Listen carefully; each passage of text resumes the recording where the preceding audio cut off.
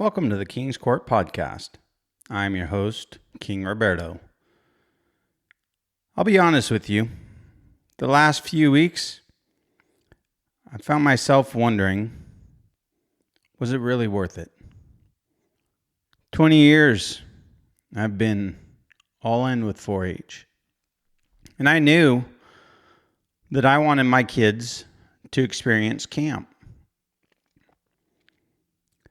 At that time, our county didn't have a camp, so we were partnering with other counties. And it became increasingly apparent that we needed a camp in our county. There was a demand for it. There were a lot of kids that wanted to go. And so it started my camp journey 12 years ago now. And I helped bring that baby to life. I knew one of the most important things was to try to keep it affordable for everybody to attend.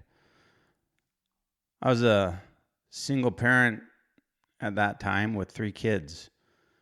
3 kids who I knew wanted to go to camp.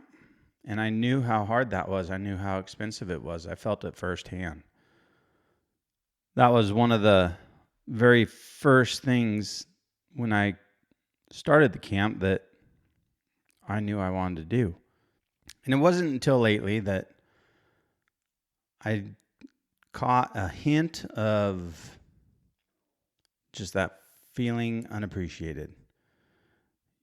You know, that moment led me to question a lot of things I was doing. And it was at a recent board meeting because in all these years of 4-H, I've not only led the camp program, I'm the chairman of our volunteer management board. I got roped into that, there's no doubt, but when your friend asks you to step up and help, that's what I did. And it's just the way that it goes. You know, there's a line in Pearl Harbor that goes something along the lines of, there's nothing like the heart of a volunteer. When the need is there, they're the ones that step forward. But over the years, you know, the last 10 years of camp and project leaders, the same group of individuals are the ones who keep stepping forward. And I'm biased in my thoughts of them because I'm with them. They are my people. They are my 4-H tribe. You know, they are the ones who I know when there's work to be done or there's a need that's going to benefit the kids of our county, they're going to help. And I can count on them to help. And I think they can count on me to help. But recently, when our camp was announced and I checked the registration link, I saw that the cost had been raised to $450. And really what I found myself in was this battle again over camp fees. And it's been a constant over the years. The answer from the CES was, we're not going to fundraise for it. We're not going to do anything. We're just going to raise the fees. And it got me to thinking, you know, am I doing this right? And there were some serious questions of maybe I'm just this stubborn person who is stuck in a time where, you know, $250 or $350 doesn't mean anything anymore that like it used to. And it started a discussion. You know, there was a resolution to it, but before we got to the resolution, there was a lot of internal wrangling going on there. A lot of self-doubt over what I thought we were doing, what I thought was being created, what I thought the purpose of it was. And so I had some heart-to-heart talks with co-directors at camp, my former camp director, my wife. All of them pointed back to the same thing, though. If you retire, your friends are going to retire with you. Camp will more than likely stop. And until you feel that weight, it's hard to explain that weight that, is being carried. And for years, we've done fundraisers at camp. And that's what kind of took me back. We've done them all the time for camp. There's always been a way to raise funds to keep the camp fee affordable for everybody. The camp program was started knowing that you were going to have to fundraise. And so for this unilateral decision just being made, there wasn't collaboration, there wasn't discussion, there wasn't a partnership approach. It was just done with no consideration. And, I thought maybe I've been doing this too long. Maybe I'm out of touch. Maybe our goals are not the same anymore. And I had to really think about why I was doing this. Am I just giving all of this energy and devotion to a program that doesn't appreciate it? My phone rings at 7:00 at night from another leader who says, I need help. Can you go tag some pigs for me? I haven't been a pig leader for 5 years. A lot of people I know would say, no, I'm busy. I don't have time for that. I don't have kids in the program. Go ask somebody to help you that has kids in the program. Not me. I'm picking up the ear tagger. I'm driving out to meet her to pick up some ear tags to go tag some pigs for kids that I brought up in the pig program.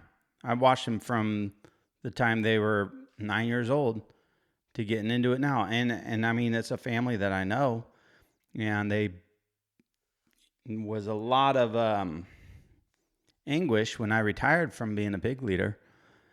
They enjoyed me leading that project, and they enjoyed doing it with me as their leader. Their kids got something from it. They learned, they grew into this particular family, had boys, and they were growing up to be great young men. And that mattered.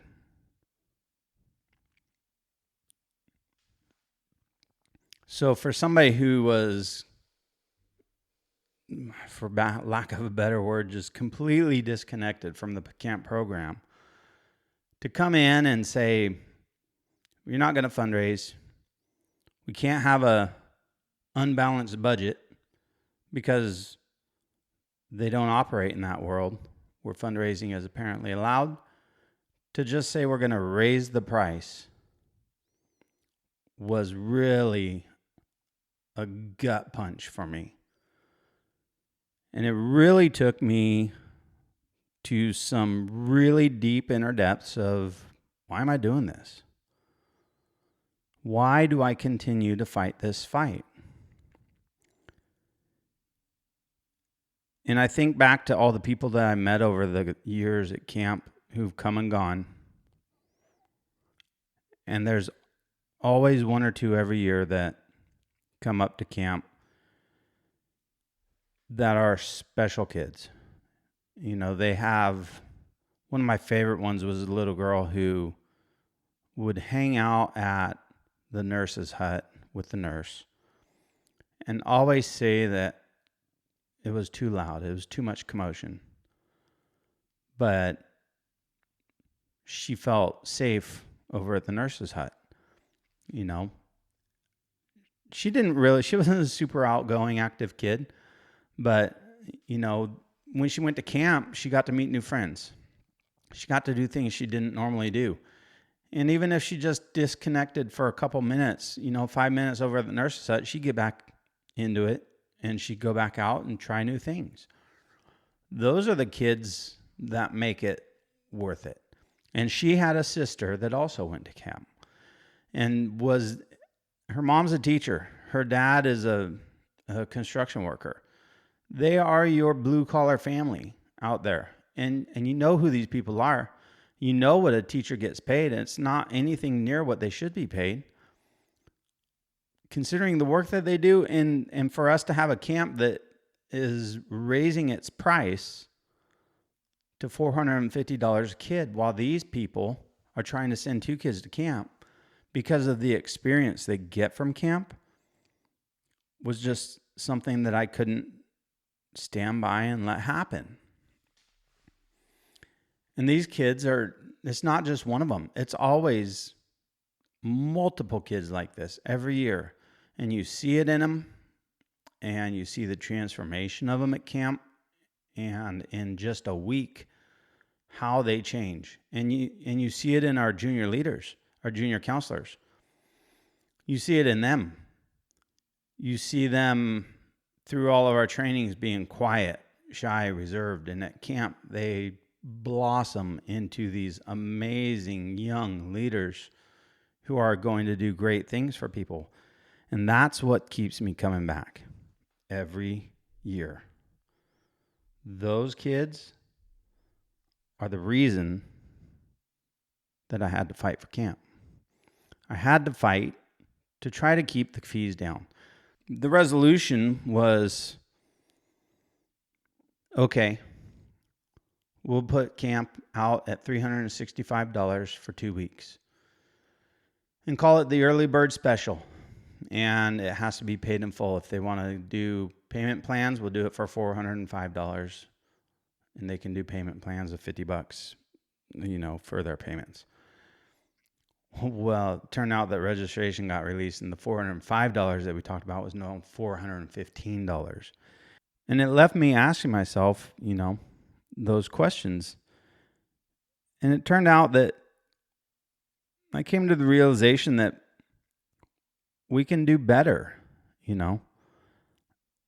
And after that thought process, I came to the conclusion that the question of, does any of this even matter to people making the calls, didn't really matter.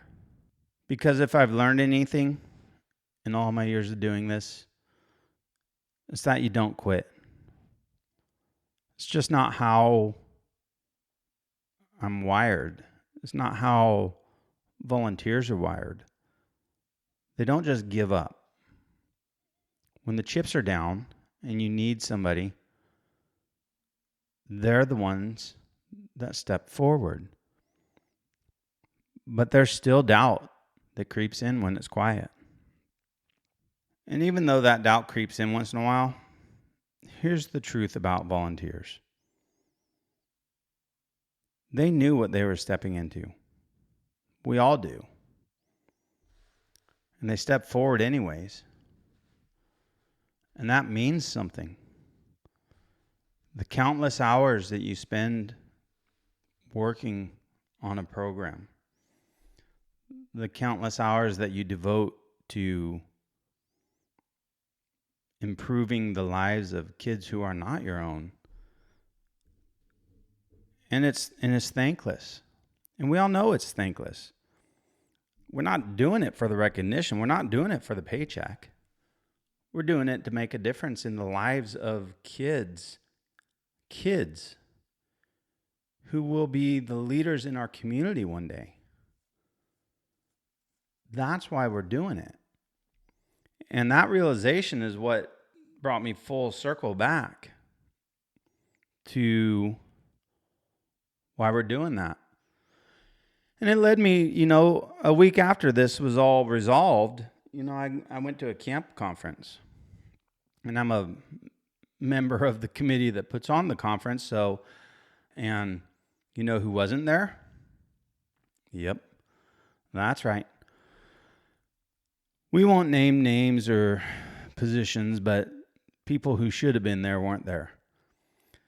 But I was there, and I had 2 kids that went with me who were my junior counselors, and they got a lot from that conference. But I got a lot from that conference too. And it wasn't until we sat down into our breakout sessions that it really started sinking in. Because when you're at this conference, you hear people talking about the same stuff that we're talking about. So I know we're not unique. But what really hit me with some of this was when the questions were being asked of why this or why that, and I would answer them, there was a validation that occurred. You know, a nod or a wry smile my way. We got there Friday night. We left Sunday morning. But that whole conference was enlightening because there are people who have written books about being a 4-H camp leader, how to run trainings, how to get the most out of your junior and teen staff. And when those people tell you, here comes my prize pupil, here comes the person that I wish all of our volunteers were modeled after, boy, that hits. When you get the feedback that,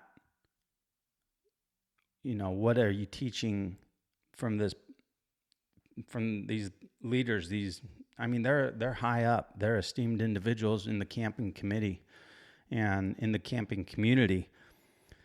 When they say, what are you doing for your training on the first meeting, and put you on the spot, and my answer is, well, I'm trying to set the tone of what camp is. I'm trying to establish the culture of what we want our camp to be. And people kind of look at you cross-eyed, like, huh? And they just start smiling and nodding, and they get it. I mean, by the end of the conference, I had other 4-H leaders asking me for our outlines, our material that we use for training, our stuff that makes our camp go, you know. And all of a sudden, all of those questions that I had at that time rolled right off my back, and the weight was lifted, and that reassurance that, yeah, we're doing it right. We're doing a good job. Because you don't hear that from our own county people. But to hear that from the people that matter, the people that are overseeing the camp program at a state level for 4-H, that's something. And that is something that I wish more leaders of volunteer organizations understood. You got to support your people. You've got to support your people. And it's easy to ask the questions of why didn't you do this or why didn't you do that? But once in a while, how about a good job? We appreciate you. That's all it takes. And I got that. It wasn't a direct quote, and it wasn't a direct good job, we appreciate you. One of the colleagues that I have on the committee brought up a good point, is we're not necessarily looking for the stuff that you're doing good. We're looking for the things that are going wrong, and we're trying to fix them. So sometimes the stuff that's good gets overlooked. It's not intentional, but it happens. That resonated. And at the end of the day, this isn't about me versus the county rep. It's not about me at all, other than that need for a little reassurance once in a while, which I think that makes me human, though. I think some people need that once in a while. You know, I'm talking once every few years, just say a good job or something. But the ones that I'm doing this for are the kids. That one day they see that showing up matters, regardless of the circumstances. That the impact is the lives changed, the example set. And nobody's getting rich doing this. It's not measured that way. But a lot of lives are getting better because of it. And that is why I volunteer. It's to make it better for other people and to share what I've learned and what I know, and hopefully help create a safe environment for kids to explore and learn and figure some stuff out when they're kids. So let's get to a royal decree tonight. Here's the line that I'm taking home, and the line that I want my kids to hear someday. When it's your turn to step forward, you step forward. Even if your own county wants $450,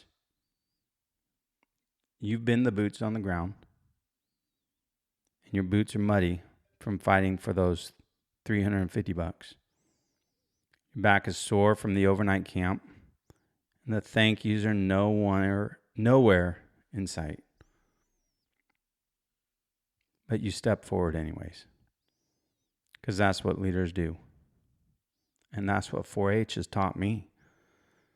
And that's what I'm teaching my kids, and hopefully all the kids who are with our camp program as leaders and as campers. So yeah, maybe the support isn't there from the people right down the hall, the people who should be supporting us. And maybe the easy decisions get made without us even in the room. And that's not why we do it. We do it because it's our turn. And if it's not going to be us, then who? And those kids at $350 for camp, they're worth the fight.